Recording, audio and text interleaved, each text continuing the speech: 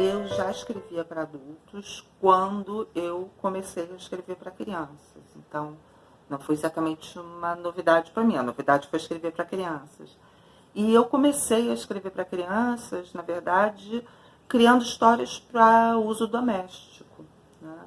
Eu criei as minhas primeiras histórias para o meu filho mais velho, que eram todas histórias ligadas a novas configurações familiares. Eram histórias que eu criava para conversar com ele sobre a nossa nova realidade, sobre a vida. Ele era muito pequenininho e eu achei que contar histórias seria melhor do que ter conversas com muitas explicações, etc. e tal. E funcionou bem, tanto do ponto de vista da minha relação com ele, como do ponto de vista literário, né? Os meus primeiros 2 livros, que na verdade eram um par, o Mamãe Trouxe um Lobo para Casa e a Coleção de Bruxas do Meu Pai, logo foram lançados e ganharam o prêmio Revelação da Fundação Nacional do Livro Infantil e Juvenil, me mostrando que era um caminho bem possível e interessante para eu seguir.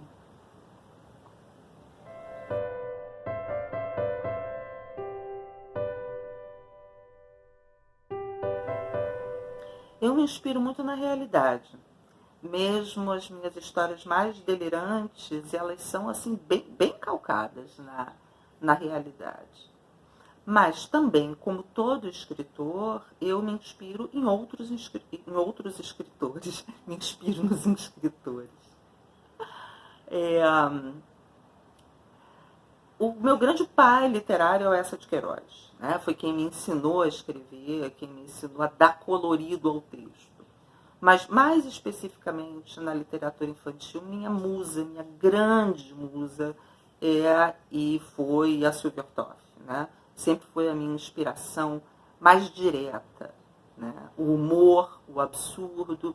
Talvez isso não seja tão perceptível no Metade Pai, Metade Mundo, porque é um dos livros, ao lado do Wallace João Vitor, é um dos livros em que eu adoto uma narrativa mais realista. Mas se você olhar bem, sempre tem uma sacadinha de Sylvia Orthoff no fundo de tudo que eu escrevo para crianças e para jovens.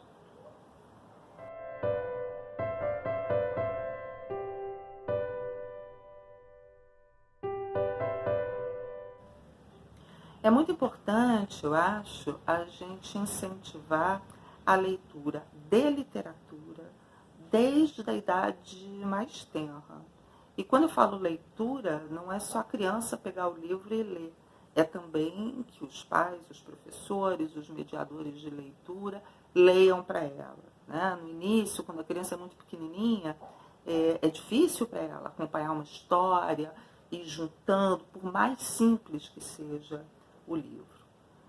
Mas o contato com a literatura eu acho fundamental, principalmente para o desenvolvimento de uma coisa que está cada vez mais importante no mundo de hoje, que é a empatia, a noção de alteridade, o saber colocar-se no lugar do outro, não é?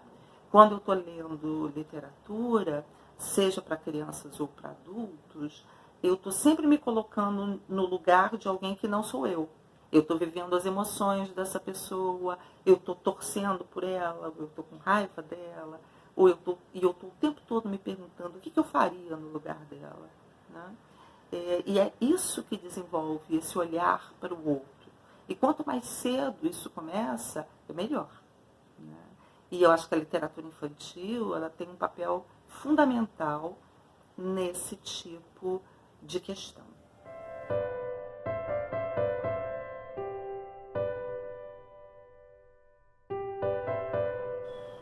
Alegrias e dificuldades na caminhada. Na verdade, com relação à literatura infantil, eu tive muito mais alegrias do que dificuldades, né? Eu já escrevia para adultos, quando eu comecei a escrever para crianças. E não teve nem muitíssimo mais fácil eu publicar o primeiro livro, né? Uma vez que o Mamãe Trouxe um Lobo para Casa, que foi o primeiro livro, uma vez que ele ficou pronto, foi muito rápido. Eu mandei para a editora quis, na verdade um amigo meu encaminhou para uma editora, a editora me respondeu na mesma semana. Na semana seguinte, nós estávamos assinando o contrato, já o contrato para o segundo livro, e no ano seguinte eu ganhei o Prêmio Revelação da Fundação Nacional do Livro Infantil e Juvenil como escritora revelação.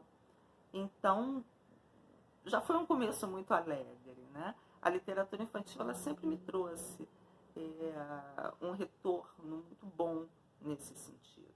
E não só um retorno em torno de prêmios, mas o retorno das crianças mesmo, né? A criança é um público muito sincero, ela é muito honesta, né? E ela é muito crítica. Ela descobre detalhes, ela descobre erros onde a gente nem imaginava, assim. Bota uma ilustração diferente do texto, toda criança vai. A primeira edição do meu livro, eu dizia que o lobo tinha olhos vermelhos e na ilustração o lobo estava com olho amarelo. Todas as crianças perguntavam por que no texto está vermelho e por que na ilustração está amarelo. E tem a alegria delas, a entrega, o amor desse público, o carinho, que é delicioso.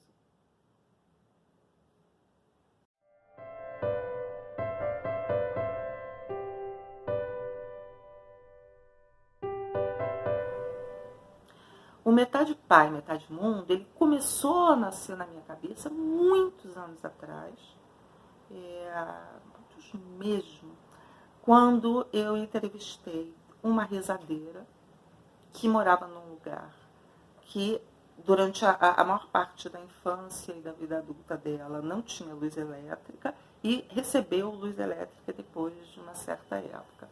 E nessa entrevista ela fazia um comentário muito interessante, que ela dizia que a luz elétrica tinha acabado com as assombrações. E aquela frase ficou na minha cabeça.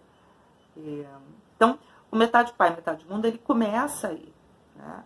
Ele fala de um menino que mora na região rural, num tempo impreciso, mas muito provavelmente década de 1980, 1990, quando a gente ainda não tinha, quando a luz elétrica ainda não chegava aos rincões mais distantes. Então ele morava numa casa muito isolada, com o pai, com a mãe, sem energia elétrica, vivendo do que plantava, do que vendia na roça que eles plantavam. E esse menino, por força das circunstâncias, ele, pai e mãe, são forçados a vir para o Rio de Janeiro, para Copacabana, aquela Copacabana fervilhante, e fala então das tentativas de adaptação, da adaptação, das diferenças entre a vida rural e a vida urbana. Mas a primeira inspiração que veio foi essa frase, né? Que a luz elétrica tinha acabado com as assombrações. E o que a gente mostra no livro é que acabaram, mas nem tanto, talvez.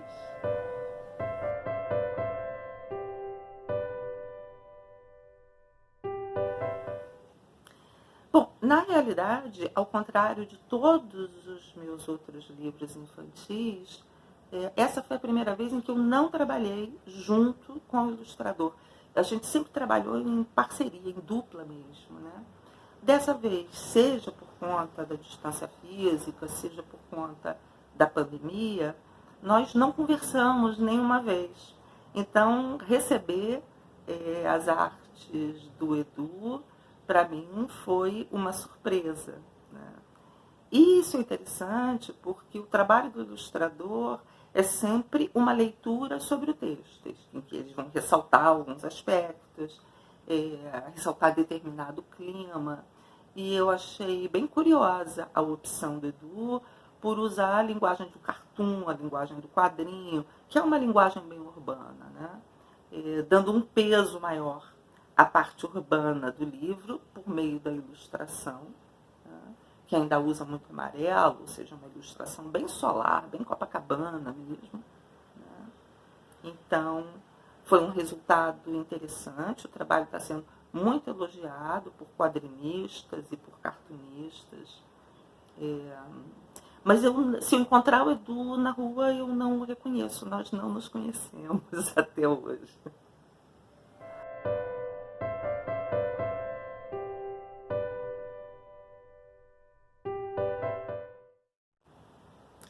Como eu me sinto quando um livro novo fica pronto, não sei, eu sempre tenho uma sensação um pouco de estranheza. Por um lado, é uma alegria muito grande ver o livro impresso, ver o livro já circulando, mas eu estranho um pouco, sabe? É, eu sempre tenho uma certa estranheza. É uma estranheza feliz, mas é uma estranheza. Eu acho muito legal na hora que o livro começa a circular, né? Quando ele se encontra com o leitor, quando o leitor começa a responder, quando ele começa a dar retorno, aí eu acho que é o grande momento mágico, né? Eu acho, aliás, isso. O momento mágico de todo o livro é o momento do encontro do leitor com o leitor. Não é o momento que a gente escreve, não é o momento que ele fica pronto. O livro só se completa debaixo dos olhos do leitor.